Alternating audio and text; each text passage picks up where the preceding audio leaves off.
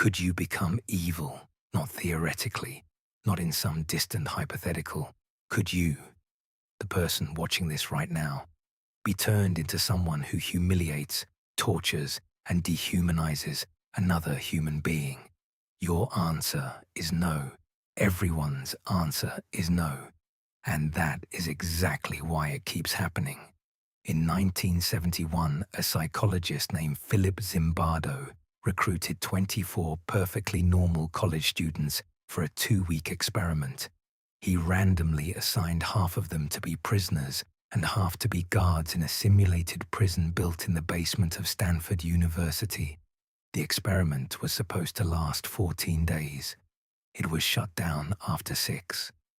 Not because it was boring, because the guards, ordinary, psychologically healthy young men who had been screened for stability, had descended into cruelty so severe that the researchers could no longer justify letting it continue. They stripped prisoners naked. They forced them into degrading positions. They punished them for sport. They did this without being told to. They did this without being threatened. They did this because the situation made it feel normal. And that is the most terrifying sentence in the entire book. Zimbardo's argument is radical and uncomfortable. We want to believe evil is a character trait, that bad people do bad things and good people do not. It is clean. It is simple. It lets us sleep at night. Zimbardo calls this the dispositional view, the idea that evil lives inside certain individuals like a virus. The Lucifer Effect destroys this comfort entirely.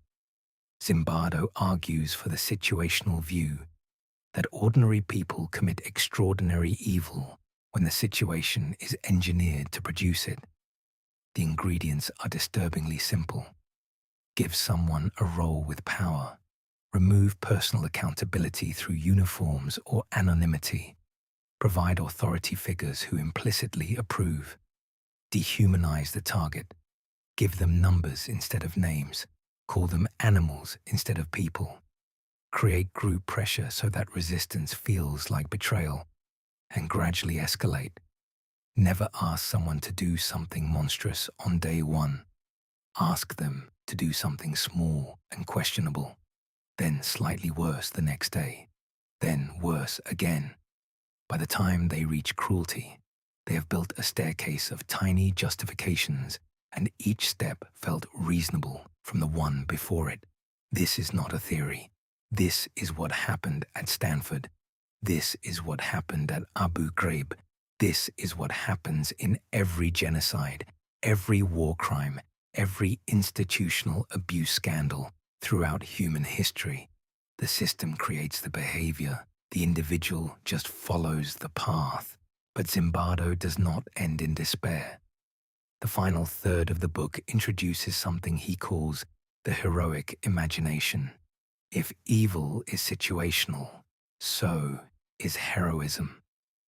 The same forces that push people toward cruelty can be redirected toward courage, but only if you prepare for them in advance. Zimbardo studied whistleblowers, resistors, and ordinary people who said no when everyone else said yes. They were not born braver. They were not morally superior. They had simply rehearsed the moment of refusal before it arrived. They had imagined the scenario, decided their line in advance, and when the pressure came, they had an answer ready. The people who resisted at Abu Ghraib were not saints. They were people who recognized the staircase and refused to take the next step. Zimbardo's final argument is both terrifying and empowering. You are not immune to evil. Nobody is. But you are not helpless either. The antidote is not goodness as a personality trait. It is vigilance as a daily practice. Know the situational forces. Recognize the escalation. Decide your line before someone else erases it. Because the moment you believe you could never do something terrible is the exact moment you become most vulnerable to doing it. If this changed how you think about good and evil, Subscribe for more, because the line between hero and monster is thinner than you want to believe. And the only thing keeping you on the right side is knowing that the line exists at all. If this hit different, you need to check out Vortex.